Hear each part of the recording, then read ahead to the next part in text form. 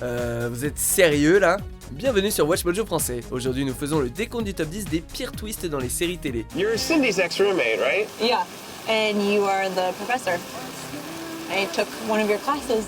Nous publions de nouvelles vidéos chaque jour, alors abonnez-vous et activez la petite cloche pour votre dose quotidienne de Watch Mojo.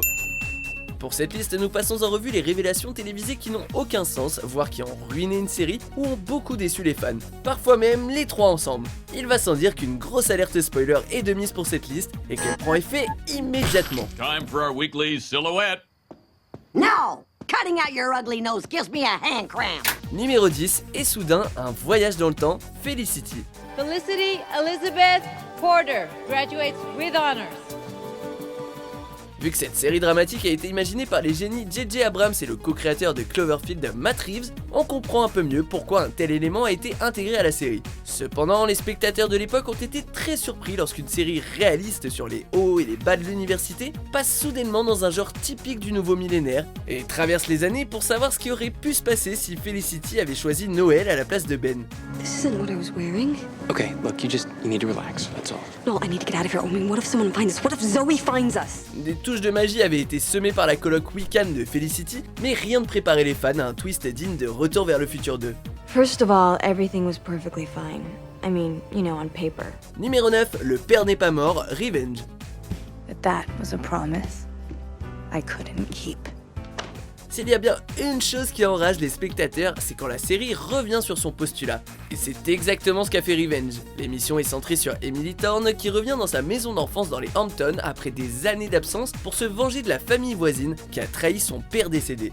His only option was to forgive. I have others. Après s'être investi pendant 3 saisons à épouser les motivations d'Emily, les spectateurs ont appris que les rumeurs autour de la mort de son père avaient été grandement exagérées. Et qu'est-ce qui est pire qu'une série qui annule son idée de base? Une résurrection miraculeuse. La série n'a duré qu'une saison après ça avant d'être annulée. It's not him. Just take your time.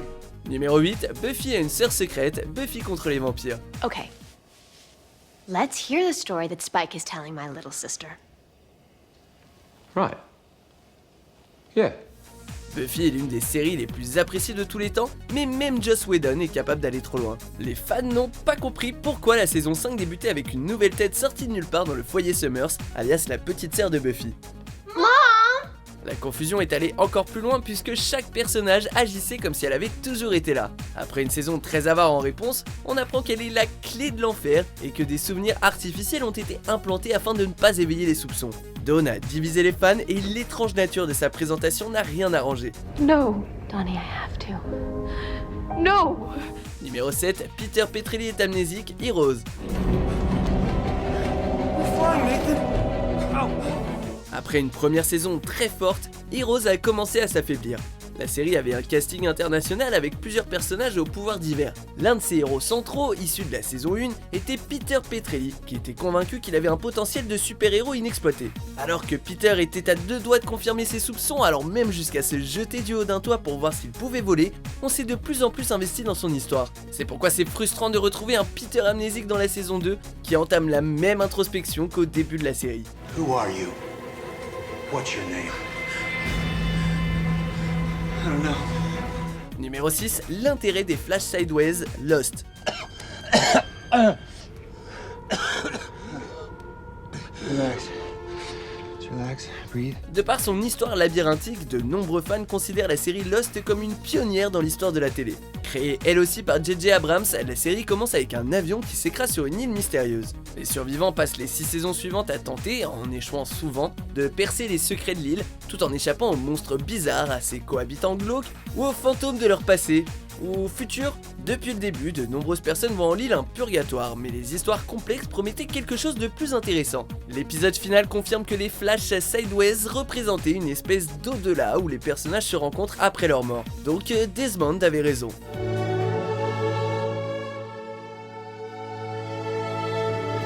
Numéro 5, le proviseur Skinner n'est pas le vrai Seymour Skinner, les Simpsons. I have never been happier or prouder to be Seymour Skinner. You're not Seymour Skinner. Pendant un moment, les Simpsons n'ont rien eu à se reprocher. Puis, lors de la saison 9, les fans ont ressenti une baisse dans la qualité qui a débuté avec le principal. Dans cet épisode, on apprend que le proviseur Skinner est un imposteur lorsque le vrai Skinner débarque. My real name is Armin Tamzarian. Au final, la ville décide de garder le faux Skinner. C'est un truc classique de sitcom et ce détail n'est presque plus ramené sur le tapis par la suite. Les fans les plus aguerris en parlent comme d'un jump the shark, c'est-à-dire un moment hors propos, et Matt Groening est d'accord puisqu'il s'agit de l'un des épisodes qu'il aime le moins. I guess you're right, Principal Tamzarian. I'll just be moving along, Lisa. Numéro 4, on suit l'histoire de Roseanne.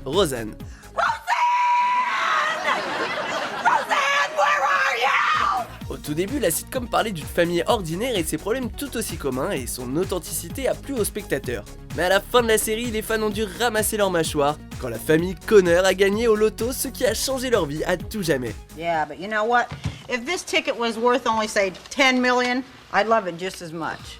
Mais attendez, il y a un autre twist. En fait, ça n'est jamais arrivé. Au lieu de ça, il s'agissait d'un bout des mémoires de Roseanne, et elle a admis en avoir inventé une bonne partie. À la fin de la série, elle se demande ce qu'il en aurait été. L'histoire a été retirée du reboot de Roseanne en 2018, mais moins on en parle et mieux on se porte. I think I'll be a lot better now that this book is done. Numéro 3, Dan était la Gossip Girl. Wait, Gossip Girl is real? La croche ici venait du fait que la narratrice, une blogueuse de New York qui répandait des rumeurs sur la haute société de la ville, était un mystère. Le dernier épisode de la série nous répond enfin. Il s'agit en fait d'un gossip boy et en plus, c'est Dan Humphrey, le copain de Serena. Teenagers acting like adults. Adults acting like teenagers, guarding secrets, spreading gossip, all with the trappings of truly opulent wealth. Les spectateurs étaient bien vénères parce que cette fin n'avait aucun sens. Entre ses réactions ultra réalistes lors de la révélation de ses propres secrets et la peine causée à Serena et à sa sœur, en passant par les moments où il était physiquement impossible qu'il poste quelque chose, et la fois où il se serait fait chanter tout seul par texto, on est désolé Dan, mais on n'y croit pas une seconde.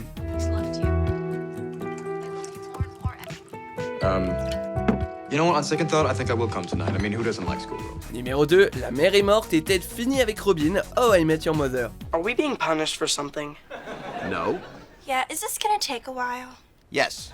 How I Met Your Mother est également une série de longue durée avec une accroche de longue haleine elle aussi. Chaque épisode est décrit par le héros Ted qui explique à ses enfants son passé pour qu'ils sachent tout ce qui l'a amené à rencontrer leur mère. Unless... Do you want to walk around some more? It's still early.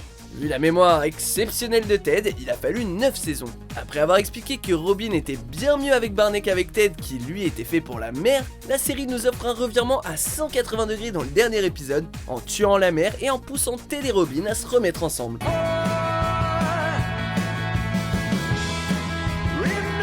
Numéro 1, c'était un rêve, Dallas.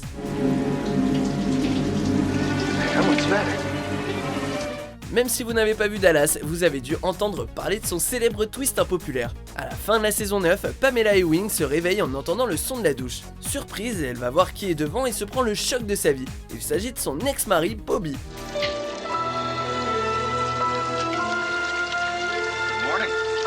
En quoi est-ce un choc?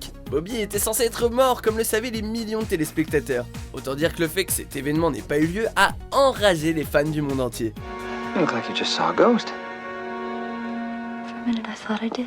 Au moins, ce n'est pas pire que la fin de la sitcom Newhart qui a révélé que toute la série était un rêve. You won't believe the dream I just had. But don't you want to hear about it? Vous êtes d'accord avec notre sélection? Jetez un coup d'œil à ces autres super vidéos de WatchMojo français et n'oubliez pas de vous abonner pour être au courant des nouveautés.